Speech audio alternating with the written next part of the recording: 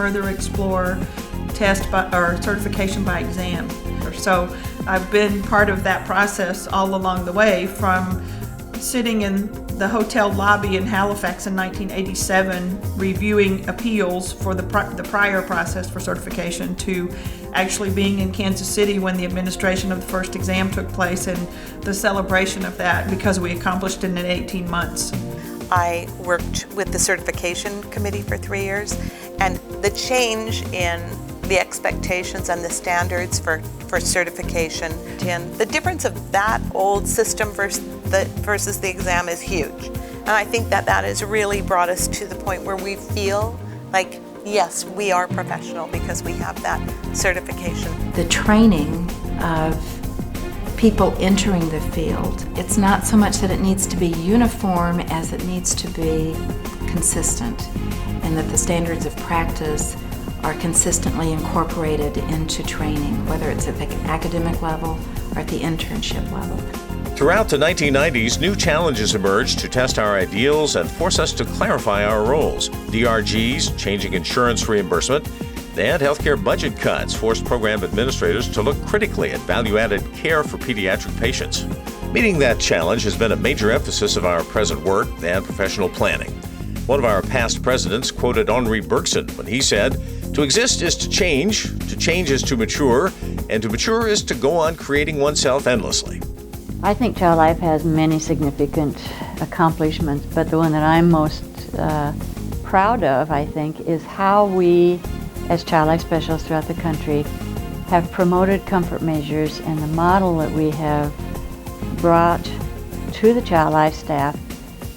They worked in concert with the interdisciplinary staff of all the hospitals, but they really are the ones who have promoted it and taught nurses, taught doctors, taught parents, taught children. If it hadn't been for Child Life, the comfort measures model probably would not have gone very far. It feels to me like we're now moving out of adolescence and into the grown-up world.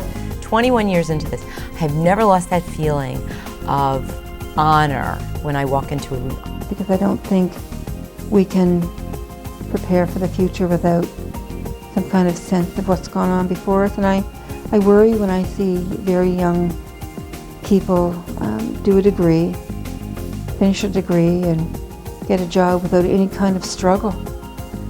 I think that's what's made us really strong, really committed, and really fiery old ladies, because we really have had to struggle a lot. And it makes us strong, and I wonder what's going to make them strong.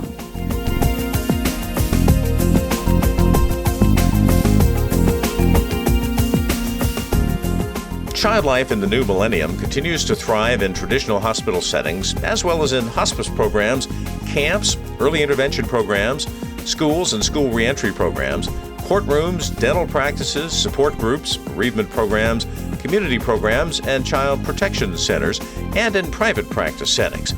Child Life specialists have learned to apply their skills in diverse venues, wherever our knowledge and expertise can protect the developmental integrity of children under stress. In the future, I see Child Life continuing to grow and move past primarily hospital walls. I think that we have an incredible skill set that can apply to a variety of arenas. The direction for Child Life in the future, I think, can be pretty broad. Where I'm thinking about it right now is expanding into probably community areas, or edging on community areas, and I think about home care hospice. I know we probably need to push the edge beyond that and think more broadly. There's a lot happening with bereavement services, which could be in a healthcare situation, or it could be community or school related. Our profession will continue to pursue novel ways of bringing our unique skills into areas of need. We are sought after for our ability to meet the needs of children and families, not just in healthcare settings, but also in times of national disaster. Child Life specialists played a key role in New York City after 9/11, and throughout the Gulf Coast in the wake of Hurricane Katrina. We will continue to pursue research and strive for the best academic and clinical education possible for Child Life specialists. I think one of the greatest challenges for us in the field of child life is to get away from solely being looked at as clinicians and look at ourselves as needing to develop a research perspective. The Child Life Listserv Forum provides daily opportunities for networking and group problem solving among our colleagues around the world. Child Life programs currently exist in at least 15 countries, greatly expanding the scope of resources and expertise shared through the Child Life Council Forum and conferences. The role I see myself playing in the Child Life Council after I graduate is certainly I will change my membership from student status to professional, and I see myself being very active in the council. I am very interested in taking on leadership roles. I'm interested in being able to travel and go to different places and be part of conference and be part of presenting at conference. I'm very involved here at Utica College, and I know that that will translate to the council. Not surprisingly, we have also embraced the philosophy of culturally sensitive care and the idea of culture brokers in the healthcare setting. The need for more diverse people in our profession, be it cultural diversity, gender, ability, some of those kinds of things. I think I've also learnt that there's a richness when you get people from, such diverse international cultural backgrounds that celebrates, who we are as a profession. The importance of understanding the whole child, always critical to the Child Life approach, has finally been adopted by other groups that work with children, including teachers. I'd like to see play specialists in every department of the hospital where children are being cared for. And that's not just in the children's wards or the children's hospitals, that they should be in any area of the hospital that admits children.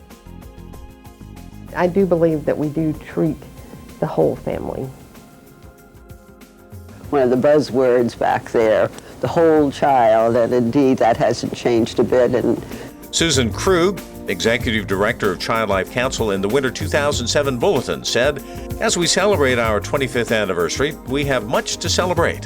Thanks to the engagement and efforts of our membership through the years, CLC is a healthy, vital organization, well positioned to build on our strengths and move into the future with a clear vision and strategy."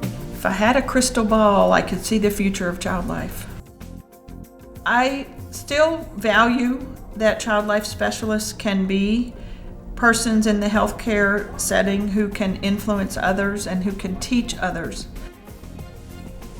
I suppose my greatest dream is that each practicing Child Life specialist has a really well-formed identity as a professional identity and can draw on that to have the strength and courage to do the things that need to be done for any particular child and family. I guess my greatest dream for Child Life is that there should be a Child Life department in every single hospital, everywhere. I love to observe Child Life workers now. It just, it makes me want to cry with joy when I see a Child Life worker that's doing his or her job. I am so impressed with the Child Life Council, the work that they're doing, the work that the History Committee is doing to preserve our heritage. If we know where we've been, we can then know where we're going. I'm just so impressed with the quality of people that we have in Child Life, and I'm proud to be a part of that. And to always, always keep at the forefront that what you do is in the best interest of a child. We are making a very big difference in a child's life and in the life of their families. Mary Brooks has observed that our future is onward and upward so far as I can see. No one can predict to what heights you can soar until you spread your wings. Child Life has thrived in the past, we've prospered in the present, and we have to adapt to the future.